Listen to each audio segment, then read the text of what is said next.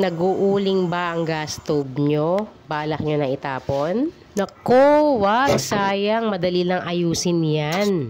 Baka mali lang ang flame adjustment, kagaya neto, kailangan mo lang siyang ikutin. Iniikot lang yung flame adjustment guys, para maging blue ulit yung apoy.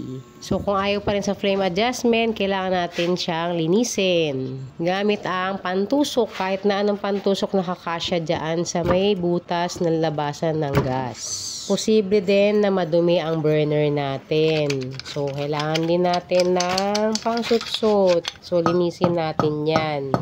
So sa pagbabalik ng burner, dapat tugma silang dalawa para hindi tumagas yung gas sa maling linya. Para safe at hindi tumagas yung gas.